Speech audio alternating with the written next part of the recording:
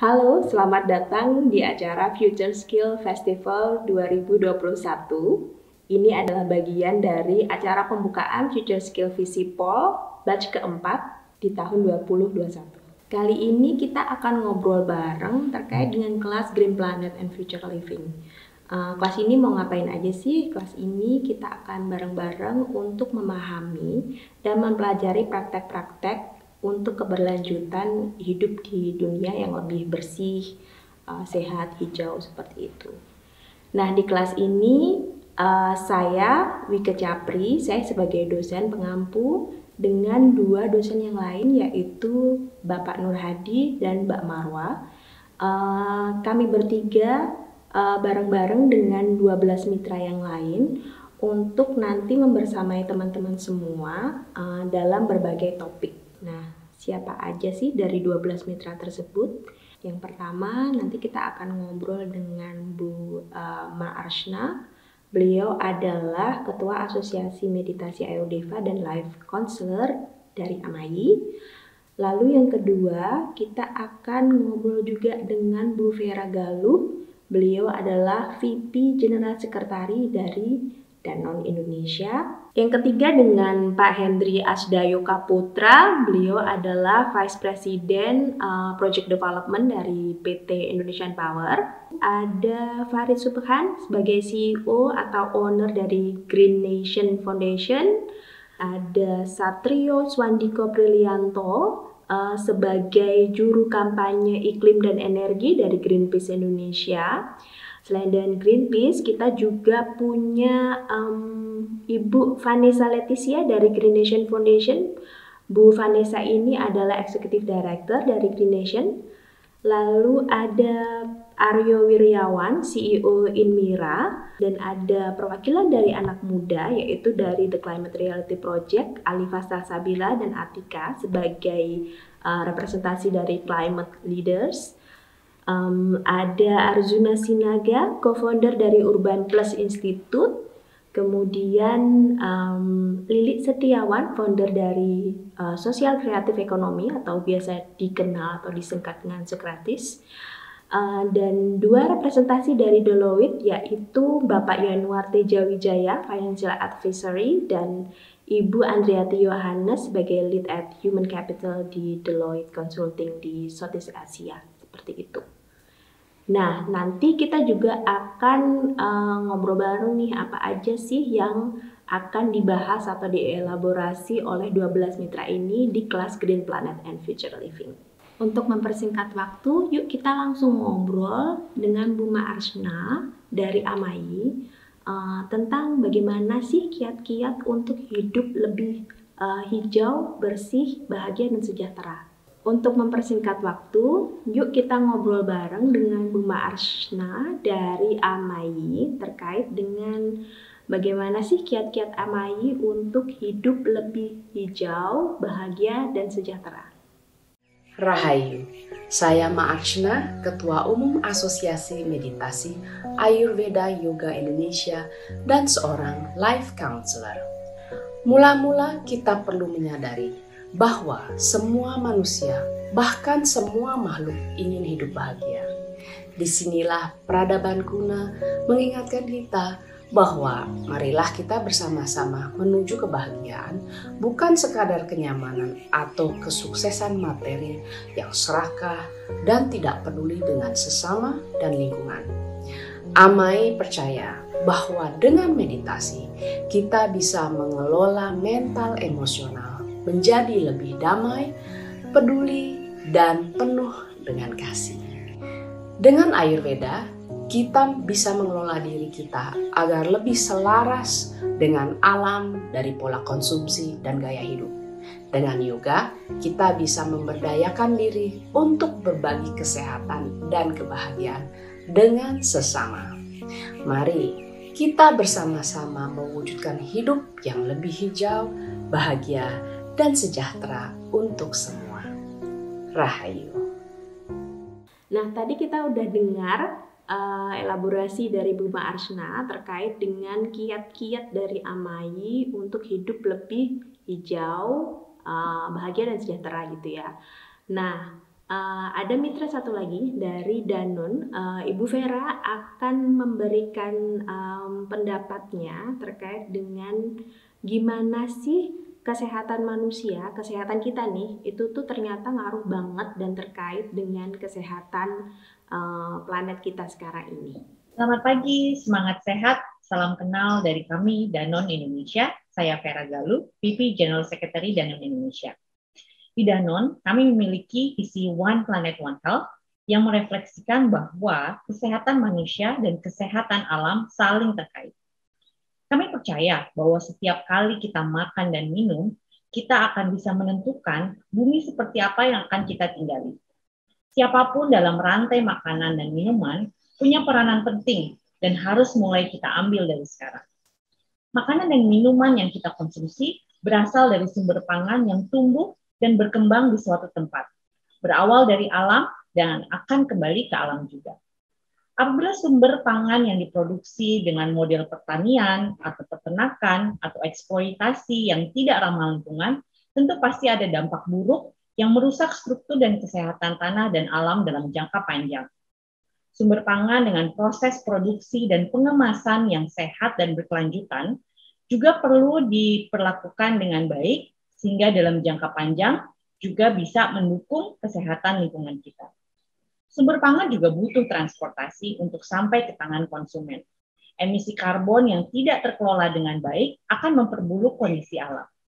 Oleh karena itu, di Danone Indonesia, selain peranan setiap individu, kami juga percaya bahwa perusahaan makanan dan minuman harus mengambil dan memainkan peran penting dalam revolusi pangan melalui transformasi model bisnis yang dilakukan.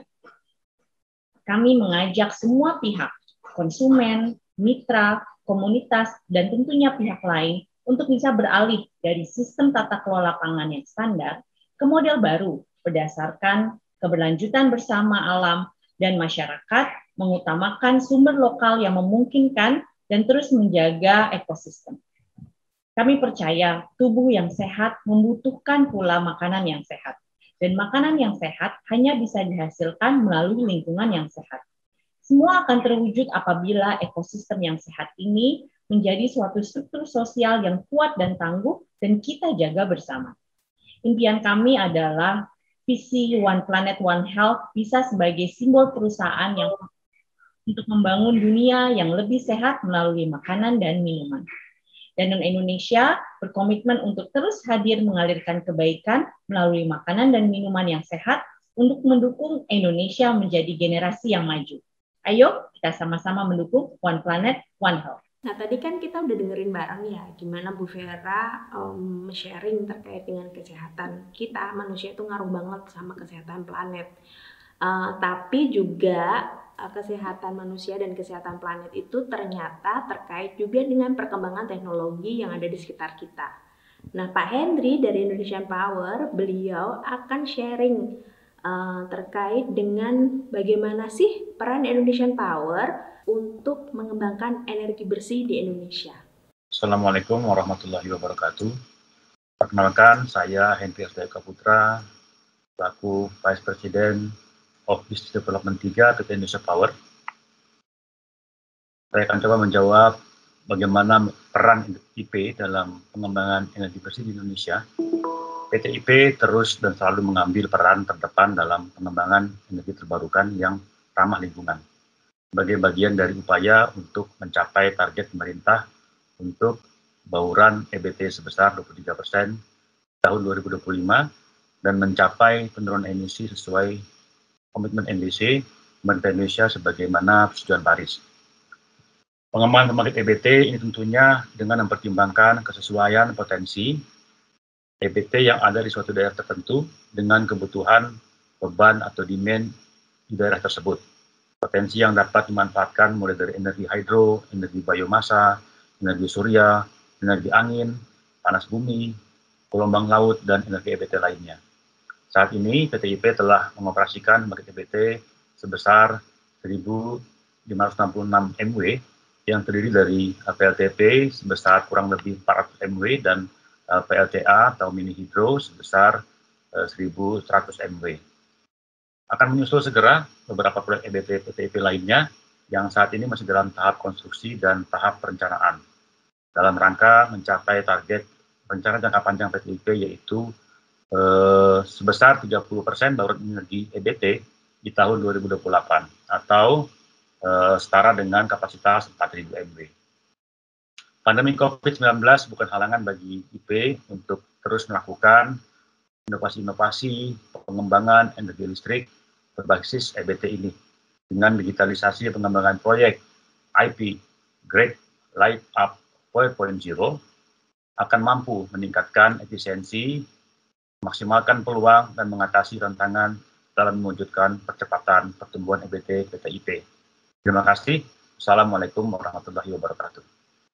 Nah, Indonesian Power, beliau kan berbagi terkait dengan teknologi solar yang mereka kembangkan ya, yang juga itu ada yang berbasis dengan komunitas gitu. Nah, di partner atau mitra kita selanjutnya itu ada Pak Farid dari City Asia International. Masih ngomongin teknologi lagi nih, bagaimana sih City Asia International itu menggunakan teknologi untuk mempercepat pembangunan demi keberlanjutan hidup yang bersih di Indonesia. Assalamualaikum warahmatullahi wabarakatuh, salam sejahtera. Selamat bergabung dengan Future Skill Visipol UGM, kelas Smart and Sustainable Village, pembangunan desa berbasis inovasi dan teknologi, dipersembahkan oleh City Asia Center for Smart Nation. Kelas ini diikuti oleh mahasiswa dari berbagai background, S1, S2, teknik maupun sosial. Kita akan bersama-sama belajar bagaimana mempercepat pembangunan pedesaan dengan memanfaatkan inovasi teknologi yang berkelanjutan. Sebuah gerakan kembali ke desa untuk membangun ekonomi dan kesejahteraan masyarakat desa. Apalagi di tengah pandemi COVID, tidak hanya di Indonesia, bahkan di Korea juga muncul gerakan Back to Village, Heading for Nature. CCSN memiliki concern bagaimana kita membangun desa dengan konsep Smart Village, mulai dari smart governance, branding, ekonomi, living, society, dan environment, kombinasi antara teknologi, people, and management. CCSN bersama City Asia Incorporated mengembangkan produk untuk menggerakkan ekonomi desa melalui aplikasi ekonomi digital, Desaku, dan pasar desa digital. Kelas ini mengkombinasikan antara teori, diskusi, dan praktek termasuk problem solving dan village engagement dengan bobot antara 20% dan 80%, 20% teori, 80% praktek. Selamat mengikuti bersama CCSN. Ngomongin soal hidup yang bersih, kita akan selalu ingat sama sampah ya, karena itu paling deket banget sama kehidupan kita sehari-hari. Makan apa dikit, langsung habis itu kita menghasilkan sampah. Nah, mitra kita dari Green Nation Foundation, Bu Vanessa, akan sharing bagaimana pengelolaan sampah mempengaruhi pembangunan sosial dan ekonomi di Indonesia gitu. Kebanyakan orang berpikir masalah sampah selesai saat sampah sudah di depan rumah dan diangkut oleh tukang sampah. Padahal hal ini jauh dari kata selesai. Kurang dari 50% dari 65 juta ton sampah domestik berakhir di TPA. Sisanya dibakar, ditimbun, masuk ke aliran air, dan hanya 7,5% yang di-recycle. Permasalahan sampah ini tentu saja berdampak pada pembangunan sosial dan ekonomi di Indonesia. Berdasarkan data dari Bank Dunia, kerugian Indonesia akibat dari sampah laut pada industri perikanan dan pariwisata adalah sebesar 6,5 triliun per tahun. Belum lagi sampah limbah cair dari industri atau akibat dari sanitasi yang buruk berdampak pada total biaya untuk pengobatan akibat dari dampak limbah cair ini dapat mencapai 1,6 triliun rupiah di Indonesia. Selain itu, sampah juga merusak keanekaragaman hayati di darat dan di laut. Walaupun begitu, ada kesempatan untuk mengubah ini. Berdasarkan riset yang dilakukan oleh Bappenas, Kedubes Denmark, dan UNDP, transisi menuju ekonomi sirkular dapat membantu menciptakan PDB tambahan sekitar 600 hingga 630 triliun rupiah untuk Indonesia pada tahun 2030. Kita sebagai masyarakat juga bisa ikut berkontribusi dalam hal ini dengan cara menghasilkan sampah yang lebih sedikit melalui gaya hidup yang bertanggung jawab. Gaya hidup hijau ini juga pada akhirnya dapat menekan produsen dan pemerintah untuk melaksanakan semua kegiatan produksi dan konsumsi yang lebih berkelanjutan. Nah, tadi kita udah dengar dari Bu Vanessa gimana sampah itu sangat dekat dengan kita gitu ya. Nah, future people yang gabung di Green Planet and Future Living ini kan kebanyakan anak muda. gimana sih anak muda bisa ikut berpartisipasi gitu ya dalam mengelola lingkungan. Nah, pertanyaan ini akan dielaborasi oleh partner kita dari Greenpeace yang diwakili oleh Mas Satrio terkait dengan sejauh apa sih keterlibatan generasi muda berkontribusi dalam kampanye dan penanganan dampak krisis lingkungan terutama di Indonesia. Anak muda memiliki peran serta kontribusi yang besar terhadap gerakan melawan krisis iklim. Kita lihat dalam konteks global banyak gerakan-gerakan yang diusung oleh anak muda, begitu juga di Indonesia. Jadi jangan sampai semangat untuk bergerak dan berkontribusi ini luntur karena masa depan adalah milik anak-anak muda. Ya, mitra kita dari Green Nation yang membahas soal sampah dekat dengan kita, kemudian dari Danone, Ibu Vera yang tadi membahas terkait dengan gimana kesehatan manusia, itu terkait banget sama kesehatan planet. Ada Mas Aryo Wiryawan dari Inmira yang beliau itu kurang lebih mengelaborasi terkait dengan pertanyaan bagaimana sih konsumsi harian kita, khususnya makanan, itu tuh punya dampak yang serius terhadap proses keberlanjutan lingkungan, seperti itu. Untuk memastikan keberlanjutan lingkungan di masa depan, kita harus betul-betul memperhatikan apa yang kita makan sehari-hari. Bagaimana makanan itu ditanam sangat mempengaruhi keberlanjutan lingkungan. Contohnya, jika makanan kita banyak diproduksi dengan menggunakan pestisida kimia dan juga pupuk kimia secara berlebihan, maka itu akan berdampak buruk kepada lingkungan. Yang kedua, kita juga harus memperhatikan bagaimana makanan kita diproses dari hulu sampai dengan ke hilir.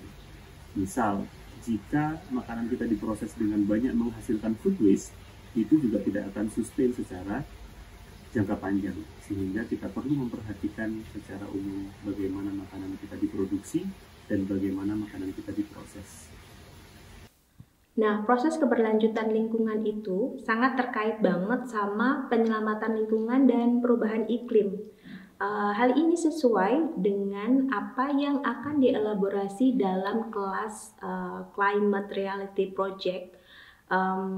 Di sini, teman-teman dari Youth Climate Leaders akan menjawab pertanyaan bagaimana kaum muda itu turut serta dalam kampanye penyelamatan lingkungan dan perubahan iklim terutama di Indonesia. Kaum muda bisa mulai aksi penyelamatan iklim dari dirinya sendiri. Kita bisa sama-sama nih untuk menyelamatkan iklim sembari mengajak yang lain, misalnya lewat sosial media.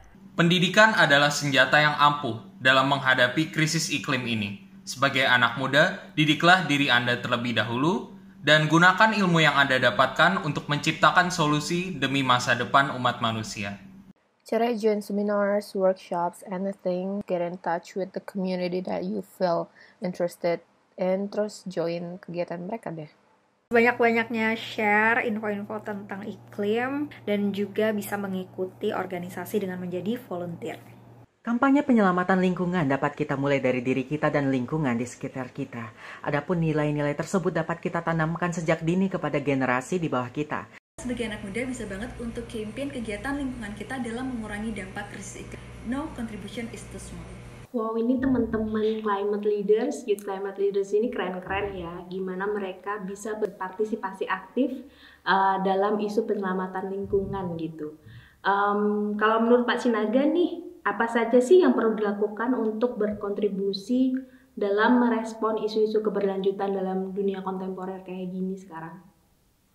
Hal-hal yang menjadi kunci dalam berkontribusi merespon isu-isu keberlanjutan adalah pengetahuan atas isu-isu keberlanjutan yang saat ini terjadi dan kesadaran akan konteks atas isu-isu tersebut. Mengetahui dan menyadari keterkaitan antara isu keberlanjutan dengan gaya hidup adalah satu langkah awal untuk bisa memberikan kontribusi atas respon isu-isu tersebut. Saya senang untuk bisa belajar bersama-sama dengan Anda semua. Sampai bertemu di perkuliahan. Terima kasih. Menarik banget ya yang sudah disampaikan Pak Arjuna Sinaga terkait dengan isu-isu keberlanjutan di dunia kontemporer kayak gini. Nah, kita ngomongin dunia kontemporer nih, kita kan lagi di masa pandemi nih, udah hampir 2 tahun.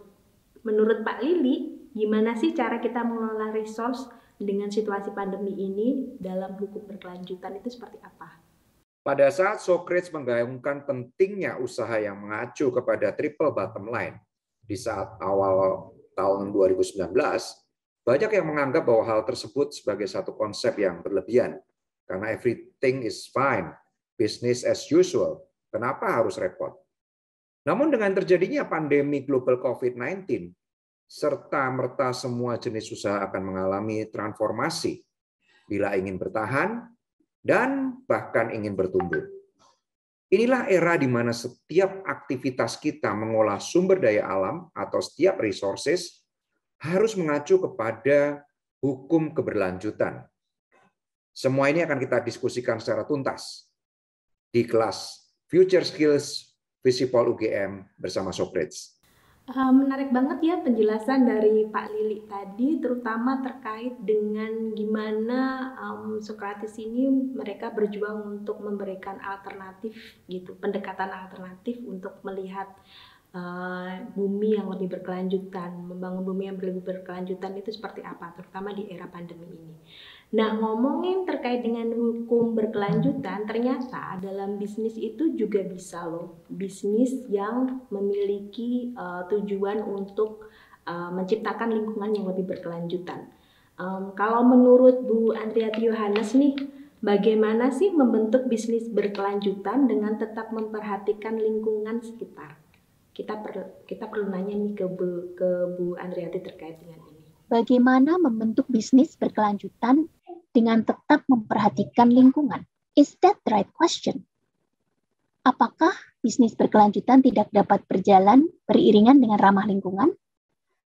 Apa ada inovasi yang muncul dari industri 4.0 yang ternyata mendukung bisnis berkelanjutan yang ramah lingkungan?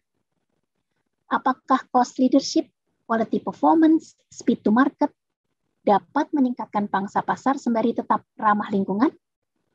Mari kita bahas dalam mata kuliah Membangun Bisnis yang Berkelanjutan bersama Deloitte. Bisnis yang berkelanjutan dapat dicapai dengan cara memahami berbagai prinsip dan etika yang memperhatikan lingkungan sekitar yang mana telah diterapkan secara global oleh berbagai negara maju. Tentu saja di Indonesia kita dapat mencapainya dengan memperhatikan kearifan lokal. Mari bergabung bersama kelas Deloitte.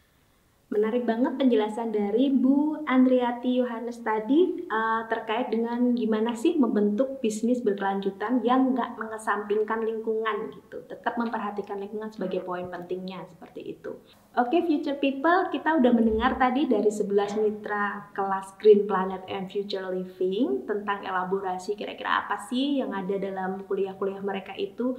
Menarik banget kita bisa mendengarkan atau belajar bareng terkait dengan teknologi solar oleh Indonesian Power, kemudian gimana cara kita itu bisa membentuk budaya untuk lebih memperhatikan lingkungan sekitar itu dimulai dengan diri kita sendiri yang terkait banget ternyata kita secara individu, kesehatan kita secara individu itu tuh terkait dengan kesehatan planet kita secara lebih gede gitu ya.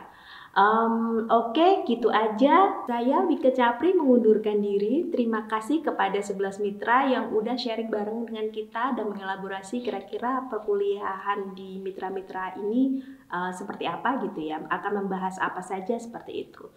Terima kasih atas perhatiannya. Kita langsung ketemu di minggu depan di kelas-kelas Green Planet and Future Living. Sampai jumpa.